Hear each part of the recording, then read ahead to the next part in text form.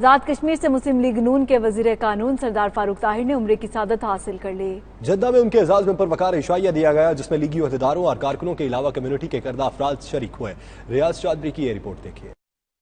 آزاد کشمیر سے مسلم لیگ نون کے وزیر قانون سردار فاروق طاہر عمرہ کی سعادت حاصل کرنے کے بعد جدہ آئے تو مسلم لیگ کے سینئر رہنما اور قومی یکجہتی فورم کے کنوینر سردار محمد اقبال یوسف نے ان کے اعزاز میں پروقار عشائیہ دیا۔ تقریب سے خطاب اور 92 نیوز سے گفتگو میں سردار فاروق طاہر نے حکومت پاکستان کی معاشی پالیسیوں پر کڑی تنقید کی۔ انہوں نے کہا کہ حکومت کی معاشی ٹیم نالائق ہے اور مہنگائی سے لوگ تنگ آ چکے ہیں۔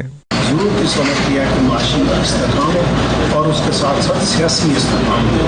اگر سیاسی استحکام جو ہے وہ ڈسٹرب ہوگا تو معاشی استحکام اس طرح، اور یہ دونوں چیزیں لازم و معلوم ہے۔ یہ پاکستان میں حکومت جو ہے اس کو اگر ایک سائڈ پر توجہ دے رہی ہے تو اس کے لیے ضروری ہے کہ معاشی استحکام تبھی آئے گا پھر سیاسی استحکام۔ سردار فاروق طاہر نے مزید کہا کہ پاکستان کشمیر کے الحاق کے بغیر نامکمل ہے۔ مسئلہ کشمیر پر پاکستان کی حمایت کو قدر کی نگاہ سے دیکھتے ہیں۔ شہداء کی قربانیاں ضرور رنگ لائیں گی اور کشمیر میں آزادی کا سورج جلد طلوع ہوگا۔ تقریب میں اسٹیٹ سیکرٹری کے فرائض راجہ شمروز نے ادا کیے۔ سردار اشفاق صدر کشمیر اوورسیز کمیونٹی، سردار وقاص، سردار شہین، چودھری انجم فاروق صدر مسلم لیگ نے بھی تقریب سے خطاب کیا اور مہمان خصوصی کو عمرے کی مبارکباد پیش کی۔ انجینئر عبدالصبور نے سردار فاروق طاہر کے والد مرحوم کی مغفرت کے لیے دعا بھی کرائی، جبکہ سعودی عرب، پاکستان اور عالم اسلام کی ترقی اور خوشحالی کے لیے بھی دعائیں مانگی گئیں۔